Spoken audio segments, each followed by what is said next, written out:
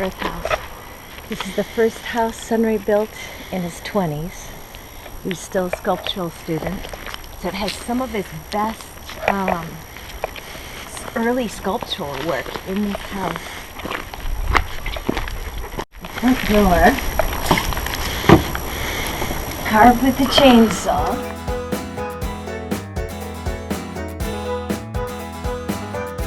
And then his brother Tim did the stained glass work in this house.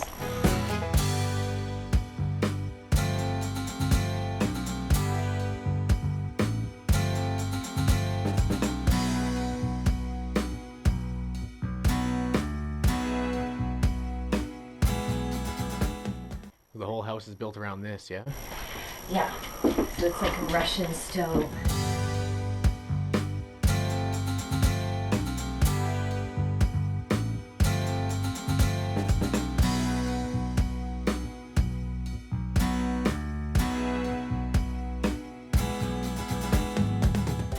Those are the hands. Bronze, yeah? Bronze, yeah. And then this is the brick chimney of the hearth?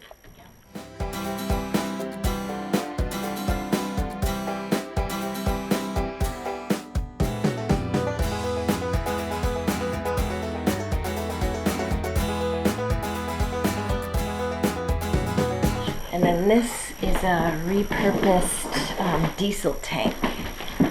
So he makes his own fireboxes out of a lot of things, propane tanks, diesel tanks, Yeah. and his welder buddy will come and weld a door on them for him. Yeah. Yeah.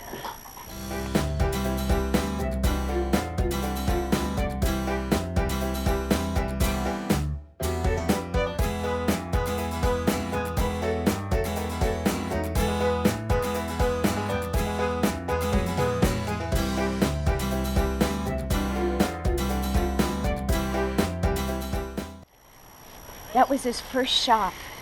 Once he built this house, he needed a shop. Yeah. So that started out as the big shop down below, and then slowly he added the little apartment on top of it, and that became known as the Hoop. We're gonna have to go check his 17-foot single swinging door, and it swings on old brake drums. Steve took an old axle and Ray cut the pumpkin out of the middle, and then Steve welded on a big pipe between the two rotors. All roofs want to be a living roof, okay? So to show you, yeah, this is self-planted. We didn't even plant this one. It was just plastic laid down on top.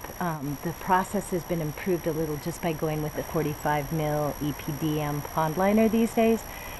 But basically this is nature planted, and let me show you the shake roof so you can see where he was watching at age, where he realized the truth of things. So when you look at the shake roof, it's all trying to become living roof.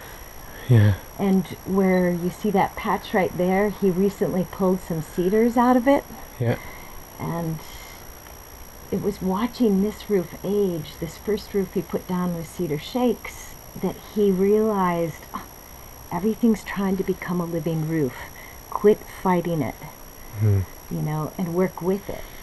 So that's where the evolution of the living roof came in. This is Kai's house. This is SunRay's eldest son, led the workshop that built this house when he was 18 and had already been building with Ray for years. So this is a really beautiful example of straw bale and cob with a living roof. And a lot of people think that cob, you can't do it in a rainy climate like Washington. But the rule for cob is like any other building material in a rainy climate. You want good eave and a good high dry foundation. So see that rock transition at the base there? That's beautiful. It keeps your cob up and off the ground and away from the splashback when the rain hits. And there's good eave. But he's always experimenting with his living foundation.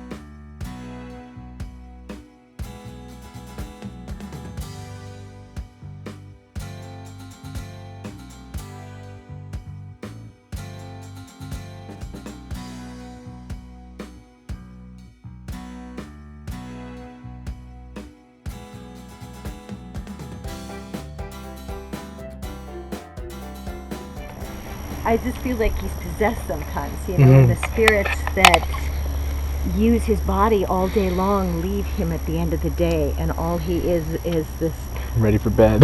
crumpled crumpled body. Feed me, sleep me, bathe me, and that's all there's left till the spirits take him again the next day.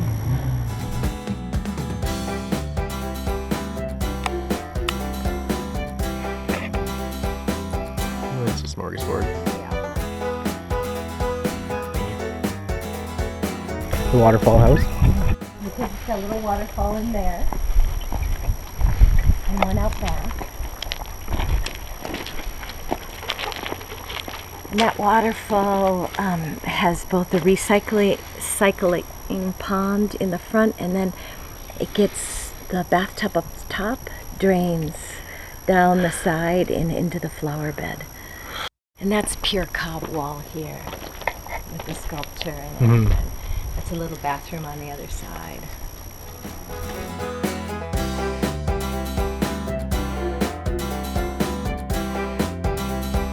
Ray's always testing convention, you know, to see which ones are worth keeping, which ones you don't need to. And one of the conventions that he's tested is this idea about level roofs. Well, you don't need level roofs for sure, and they become much more interesting when you curve the ridge beams like that, and they look like they're going to take off and fly.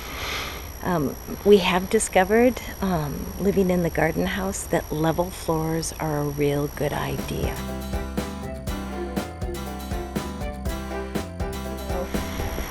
I've built with Ray for 10 years now, and I'll still catch myself looking at something he's going to do, going in my head, that's never going to work, right? Like 17 feet of door. So I go into the hardware store and the guys say to me, oh, what's Ray up to today? And I go, well, I need 1/4-inch cable. He's trying to defy the laws of gravity again.